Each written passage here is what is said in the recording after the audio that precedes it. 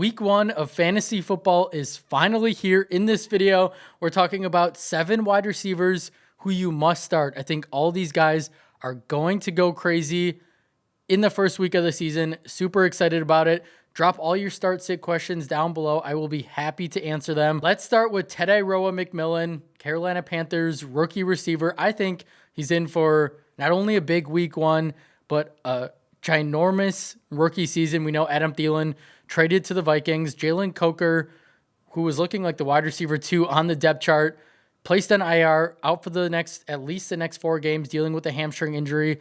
Yes, Xavier Legette is there, but he didn't look that great his rookie year. We'll see how he does in year 2, but it's not going to matter. McMillan is going to see immediate volume in this offense. I'm expecting this Carolina offense to be much better this year. Bryce Young has a really fun receiver to throw to, 6'5", wild catch radius. He's impressive after the catch, strong hands. He's going to win those 50-50 balls, red zone threat. He's going to score a lot of touchdowns this year. Not only am I expecting the Panthers offense to get better, but I think Jacksonville under Liam Cohen is also going to be a better offensive unit overall this year. And both teams have pretty average defenses, so this could be a shootout. And Vegas has their point total at 46.5, which is one of the higher totals on the slate. And on top of all that, this matchup is pretty favorable. Jacksonville does not have a good secondary. They allowed 24 fantasy points to receivers per game last year, which was the 3rd most. So you have a really talented player on an offense that really has no one outside of him against a bad defense. I think McMillan is an absolute smash play in week 1. Usually with rookies, we kind of like to wait and see, but not for this situation. The volume is going to be there right away, which is going to result in a lot of fantasy points because I think Tetairoa is going to be able to do a lot with those Bryce Young targets. He's a smash play this week. Put him in your flex and feel really good about it. On to our next guy, George Pickens, Eagles, Cowboys, season opener Thursday night. We know Pickens is going to have a big year. How many times do we have to talk about it at this point? He's in a perfect situation, best situation of his career, on an offense that wants to throw the football, unlike in Pittsburgh, where all they wanted to do was run. In Dallas last year, even with Cooper Rush for most of the season, ranked 3rd in pass attempts. That will continue in 2025. And I think this is a team that could be even more pass happy now because they traded away their best player on defense. So I don't know how this defensive unit as a whole is going to be. I think they're probably going to be pretty bad, which means that this offense is going to have to keep up. I think that if any team this year could be the Cincinnati Bengals offense, it's going to be the Cowboys. I think Dak, Lamb, and Pickens are all in for monster years. And as of right now, their running game is not looking great. We are big Jaden Blue believers here, but if they're going to roll out Javonte Williams in week 1, they are going to struggle against that Philadelphia front 7. So they're not going to be able to run the ball. We know the Eagles on offense are going to be able to put up points. So yeah, it's going to be a lot of throwing right out of the gate. Vegas has this game tied for the 2nd highest point total on the spread at 47.5. I think it's going to be a big Lamb and Pickens game, even against a pretty strong secondary that features guys like Quinyon Mitchell, Cooper DeJean. Remember, CeeDee Lamb is going to take a lot of attention from secondaries, from opposing secondaries. George Pickens is going to be in so many beautiful one-on-one matchups against the number 2 corner, and he's going to eat. He's been the number 1 receiver on Pittsburgh his whole career on a team that doesn't want to throw the football that we mentioned, and now he's a number 2 guy, which I think he's going to benefit from. I think he scores a touchdown in week 1. I think a touchdown is a lock at this point. He's going to be a touchdown machine all season long. Super excited about him. Feel really good about starting him this week. Moving on to our next receiver, Rome Odunze, Bears, Vikings. I think Odunze is going to break out this season. It would not shock me if he leads the Chicago wide receiver room in total fantasy points this year. Odunze has looked great all offseason. He's in a new system under Ben Johnson. I think even in preseason games, he's looked great. He scored a touchdown. He's been building a strong connection with Caleb Williams, who I'm also expecting to take a big step. And remember, Rome is the former 9th overall pick 2 years ago, who's going to greatly benefit from an improved coaching staff. Ben Johnson, wide receiver coach Antoine Randall is there, a rebuilt offensive line. Johnson is going to be very creative with his play calls, with how he moves Odunze all around the field, because Odunze does have that versatility to play out wide, to play in the slot. And this is also just betting on talent at this point. Rome is an athletic freak. He's a bigger receiver. I think he's going to make some serious noise this year. I'd honestly be trying to buy low on Odunze before week 1, because I think after what happens in week 1, His value is only going to go up from there. It's going to be a lot more difficult to get him on your roster. And this Viking defense is pretty good, but the secondary was burnable last season as they allowed the second most fantasy points per game to receivers. We know they have a pretty good corner in Byron Murphy Jr., but maybe he's lined up more on DJ Moore. We will see. But regardless, look for Odunze to come out scorching hot. I think he's another guy that scores a touchdown, has over 5 receptions, over 85 yards. Love Rome this year. Love him in week 1. All right, next man up, Emeka Egbuka, Bucks, Falcons. Maybe this list won't surprise you because a lot of these guys on it were my guys this offseason, but Egbuka has impressed all training camp, all preseason. He's had all this buzz around him. All the teammates are praising his versatility and his knowledge. He can line up all over the football field. We know no Chris Godwin, no Jalen McMillan in this one. Emeka's probably going to play a lot from the slot and gets the benefit from being on a potent Tampa Bay offense led by Baker Mayfield, who averaged 33.5 pass attempts per game last season. Yes, that was under Liam Cohen. But even with the new offensive coordinator in Josh Grizzard, I think Emeka, Baker are going to go off again in this offense. I think he's going to have a huge game in week 1. Targets are likely going to be condensed between Egbuka, Mike Evans. I'm sure Bucky Irving gets involved in the passing game as well, but there's just no reason to think that what looks like could be a high-scoring game with two really good offenses going at it if Michael Penix Jr. can take a big step this year, which we think he can. This Atlanta defense doesn't scare you either, nor does their secondary. Atlanta does have a nice corner in A.J. Terrell, but there's a good chance that he shadows Mike Evans. This is a similar situation with George Pickens, right? The number 1 corner is going to take the number 1 receiver, putting Egbuka in a lot of easy one-on-one matchups, especially out of the slot. He's going to get those nice layup targets where he can make someone miss in open space.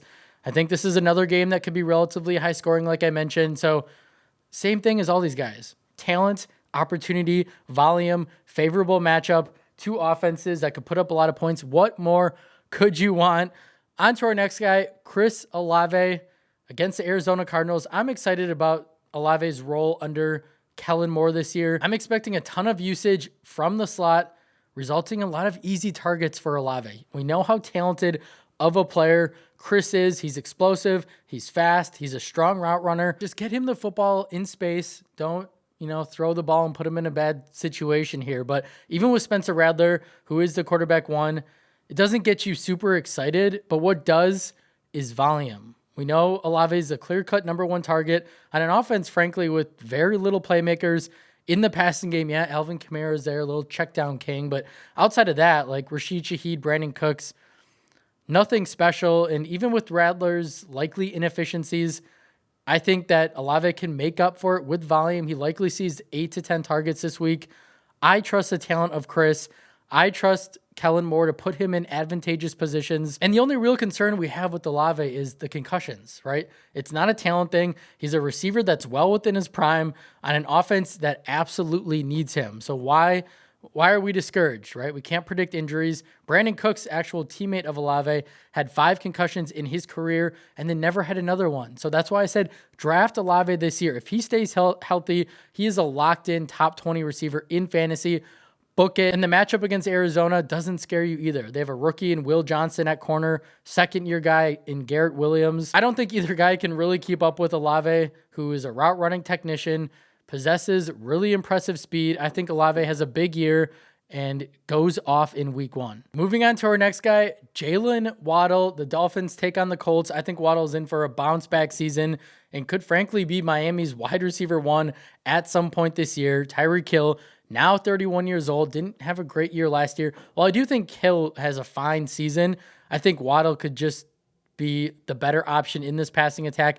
At this point, I expect the Dolphins also to take more shots downfield. We know they were this dink and dunk offense last year because Tua was hurt for half of the season and their offensive line was horrible at blocking. I think the most notable thing is that Jonnu Smith was a huge thorn in Waddle's side last season. He's no longer on the roster. So just put Waddle in the Jonnu Smith role this year, and let's see what happens. And Waddle saw a 25% target share last year when Jonnu wasn't on the field. This is a really talented player. This is a really explosive player who's still well within his prime. We know Devon Achane currently dealing with a calf injury. He's apparently good to go, but we don't really know if he's going to be at 100%. And maybe they decide to rely more on Waddle and Hill in week one. I think this offensive line is going to be better. If Tua has more time to throw the football, they are going to air it out. This is an offense a couple years ago that was one of the most explosive offenses in terms of throwing the ball downfield. If that changes this year, Waddle could break fantasy. We know Tua ranked last in average depth of target among quarterbacks in 2024. That does not help Waddle. He is a deep threat. Tua also had the second lowest time to throw because that offensive line was so bad. So if those things change, Waddle could have a huge season, but just specifically talking about week one, going up against the Colts, another secondary that doesn't scare you, and they allowed the 12th most fantasy points to receivers last season. So get Waddle in your lineup, and I think he has a pretty strong week one performance. And last guy on this list, Packers rookie receiver Matthew Golden.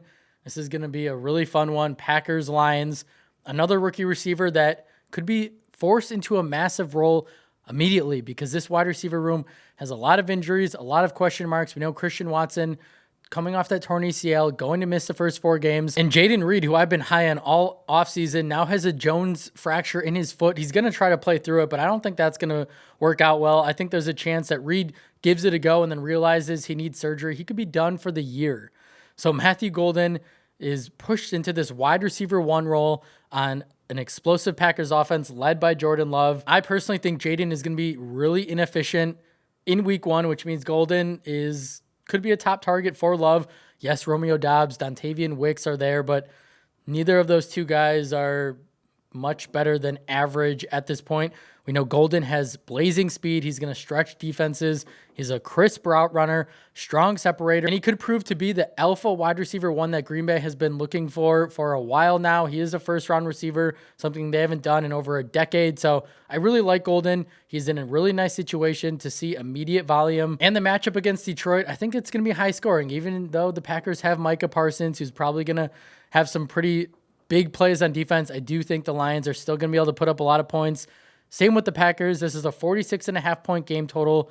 2 explosive offenses going at it in Lambeau Field. Matthew Golden, if you need an upside play, if you're deciding between a veteran and this explosive rookie in Matthew Golden, I would go Golden. Obviously, it depends who the veteran is, right? But if you need upside, if you want to make a boom in week 1, put Matthew in your lineup, put him in your flex, and I think you can feel pretty confident in doing so. He's a high upside guy. Maybe he has a little more risk than some other guys, but again, drop your start, sit down below. I'd be happy to answer it. I do think Matthew Golden plays a pivotal role in week 1 for the Packers against the Lions. All right, those are my 7 receivers who I think go crazy in the first week of the NFL season. Football is back. We're going to be making a running back version of this as well, so make sure you're subscribed. Like this video, drop any start sit questions down below. I would be happy to answer it. I really appreciate you guys. Super excited for this year, and I'll see you in the next one.